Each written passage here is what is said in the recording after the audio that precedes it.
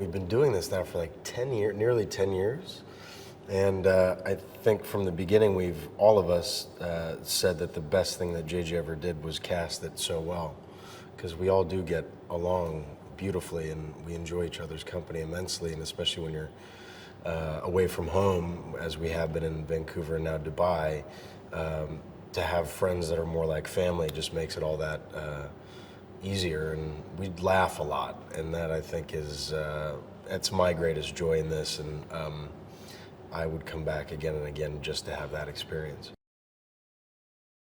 You need to have someone who's adept at describing what these huge action sequences are going to look like that you can't really see even when they give you a previs, which is the kind of animated version of the action sequences before they come together in the final cut. And Justin does all of those, and he comes from the Fast and Furious world where the movies are even bigger and louder and crazier. And in 2015, when you make these big tentpole films, they have to be action heavy, and you want someone who's adept at that. But also, just like JJ, he comes from a much smaller filmmaking world, and he started in the independents and got kind of birthed through Sundance. So again, the kind of wonderful combination is JJ brought to it someone who's very character and story oriented, but someone who can also handle the big stuff.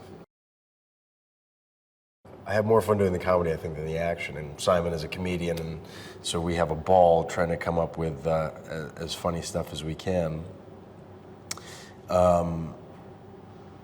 Yeah, this experience has been ironically almost like like Dad left the building and all the kids are running the asylum, and the collaboration has been on a whole different level on this film, which has been a true blessing and something I think we've all really enjoyed. And we all know each other so well, and there's such a lack of ego and pretension within this group that in a given scene, if a line doesn't work, I'll cut my line or I'll give someone else my line, or we just try to figure out what works best. And it's very expedient and very much without drama, and that has a lot to do, with Justin and also with the writing team behind it between Doug and Simon.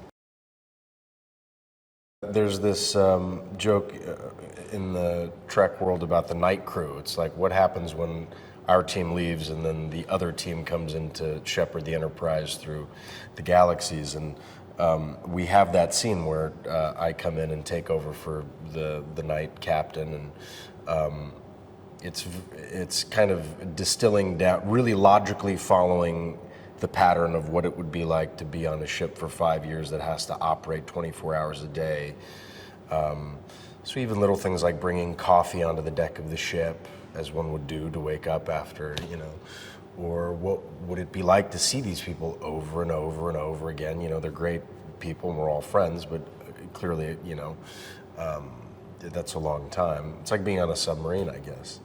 So I like following the logic of that. There's a lot of comedy in that, and it's not over the top, which I think the beginning is definitely over the top, but I love doing that stuff.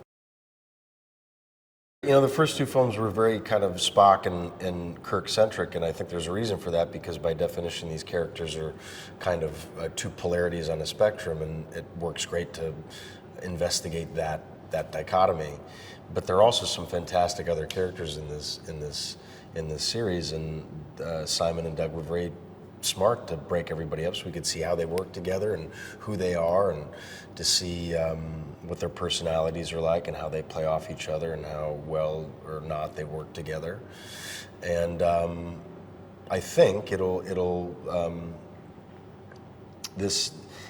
it's called Star Trek. It's not called Captain Kirk or Spock. It's Star Trek. It's about a family. This is the family. So I, as a viewer, would want to see everything about this family that I could, and hopefully now in our third film, and hopefully we've been creating a new audience and bringing an audience from old. We're further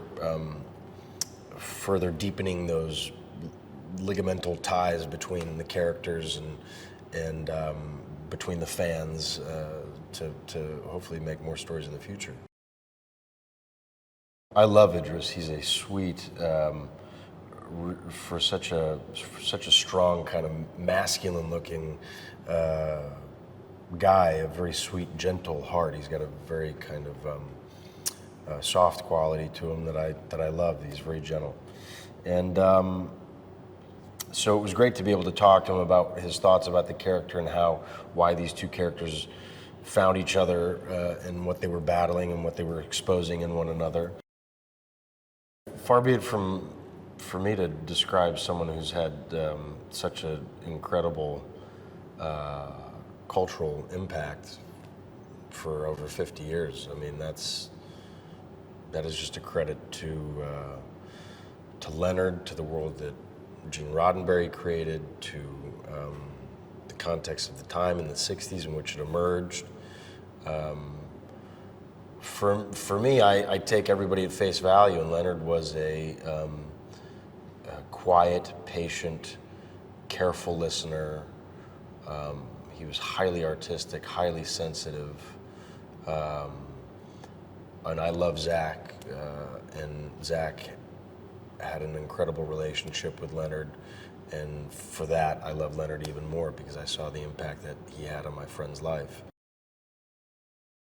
Hey guys, now the trailer for my Big Fat Greek Wedding 2 is already out, but did you know that despite pulling in over 240 million, the first My Big Fat Greek Wedding never once topped the US box office chart? Now for this and more movie facts, click on more videos, but if you want something different, click on the playlist.